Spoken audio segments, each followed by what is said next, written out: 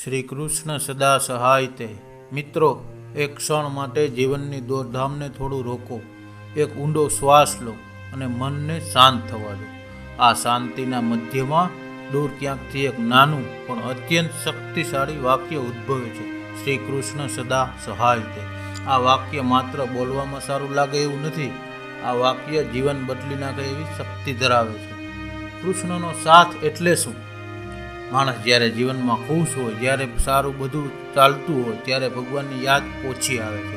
પણ જ્યારે સમય કઠિન બને, જ્યારે મન ગભરાય, જ્યારે કોઈ રસ્તો દેખાતો નથી, ત્યારે સૌથી પહેલો સાથ આપણને અંદરથી જ મળે છે. એ છે કૃષ્ણનો સાથ.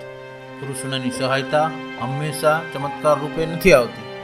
ક્યારેક એ એક વિચારોમાં પ્રકાશ રૂપે આવે છે, ક્યારેક કોઈ વ્યક્તિના રૂપમાં આવે છે, ક્યારેક સંજોગોના રૂપમાં અને ક્યારેક માત્ર હૃદયમાં હિંમત રૂપે. કૃષ્ણનો સાથ એ છે જે તમને કદી તૂટવા નથી દેતો, ભલે વિશ્વ તમારા સામે ઊભું રહી જાય. અર્જુનની જેમ આપણે પણ ક્યારેક મૂંઝાઈએ છીએ. મહાભારતના યુદ્ધમાં અર્જુન સૌથી શક્તિશાળી યોદ્ધા હતો, પણ જ્યારે સાચો સમય આવ્યો, તેની હિંમત તૂટી ગઈ. હાથ કાપતા હતા, આંખે આંસુ, મન અંધકારથી ઘેરાઈ ગયું. આપણા જીવનમાં પણ એવું જ થાય છે. બહારથી આપણે મજબૂત દેખાઈએ છીએ, પણ અંદરથી શું ચાલી રહ્યું છે તે તો માત્ર આપણે જ જાણીએ. એ સમયે અર્જુનને જે શબ્દો મળ્યા, એ જ શબ્દો આજે આપણને મળે છે. ઉઠ, તું એકલો નથી, હું તારા સાથે છું. કૃષ્ણએ અર્જુનને હથિયાર નથી આપ્યા, પણ તેને બુદ્ધિ આપી, ધૈર્ય આપ્યું, પરિસ્થિતિને સમજવાની દ્રષ્ટિ આપી. આ જ છે કૃષ્ણ સદા સહાયતે. સહાયતા હંમેશા કેવી આવે છે? ક્યારેક આપણે વિચારીએ, ભગવાન મદદ કેમ નથી કરે? પણ સમજો, મદદ તો થઈ રહી છે, પણ માત્ર આપણે એ ઓળખી શકતા નથી. કોઈ સમયસર મળેલો માર્ગદર્શન, કોઈ મોટી સમસ્યામાં અચાનક મળી ગયેલી સરળ રીત, કોઈ અજાણ્યા માણસનો મળેલો સહારો, અથવા આપણું મન હઠેથી મજબૂત થવા લાગે. આ બધું જ તો કૃષ્ણની નિશાની છે. કૃષ્ણ આપણા જીવનમાંથી મુશ્કેલી દૂર નથી કરતા, પણ મુશ્કેલીનો સામનો કરવાની શક્તિ જરૂર આપે છે. વિશ્વાસની શક્તિ. કૃષ્ણ કહે છે, એક પગલું મારી તરફ ભરો, હું 1000 પગલું તમારી તરફ લઈશ. આ વાક્ય જીવનનો આધાર છે. ક્યારેક આપણું મન ગૂંચવાઈ જાય, ક્યારેક દિવસનો ભારે બની જાય, ક્યારેક આપણા જ પ્રશ્નોના જવાબ ન મળે, ત્યારે માત્ર વિશ્વાસ જ માણસને બચાવે છે. કૃષ્ણ પરનો વિશ્વાસ એવું સુરક્ષા વલય છે જે મનને શાંતિ આપે છે, હૃદયને મજબૂત બનાવે છે અને જીવનને દિશા આપે છે. દરેક પરિસ્થિતિમાં કૃષ્ણ તમારો સાથ આપે છે.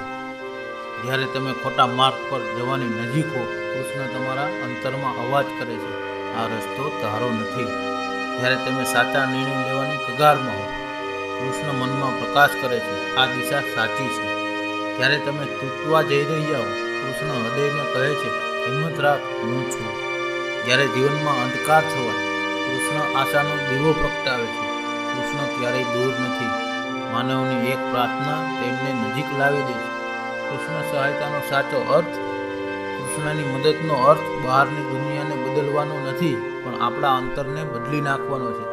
ડર, ધૈર્ય, ગૂંચવણ, સ્પષ્ટતા, દુઃખ, શાંતિ, અશક્તિ, શક્તિ, દ્વેષ, પ્રેમ, આ પરિવર્તન જ છે કૃષ્ણ સદા સહાય તે.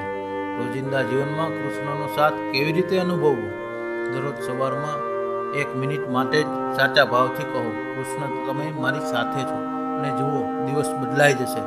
નકારાત્મકતા દૂર થવા લાગશે, મન હળવું થશે, વિચાર શક્તિ તેજ થશે, રોષ ઓછો થઈ જશે, સંબંધોમાં પ્રેમ વધશે, જીવનમાં ચમત્કાર જેવા ફેરફારો દેખાશે. કારણ કે જ્યાં વિશ્વાસ છે, ત્યાં કૃષ્ણ છે. અંતિમ સંદેશ. આજના સમયમાં માણસ પાસે ટેકનોલોજી છે, સુવિધાઓ છે, પણ શાંતિ નથી. પણ જે વ્યક્તિ દિવસે એકવાર હૃદયથી કહે છે, શ્રી કૃષ્ણ સદા સહાય તે વ્યક્તિનું મન ક્યારેય ખાલી રહેતું નથી. કૃષ્ણનો સાથ દેખાય એવું નથી, પણ અનુભવાય એવું છે. આ વાક્ય જીવનનું ઢાલ છે, જરૂર પડીએ માર્ગદર્શક છે, અને દરેક ક્ષણમાં સુરક્ષા છે. આજથી, આ ક્ષણથી તમારા જીવનમાં એક જ ભાવ ગુંજવા દો, શ્રી કૃષ્ણ સદા સહાય તે.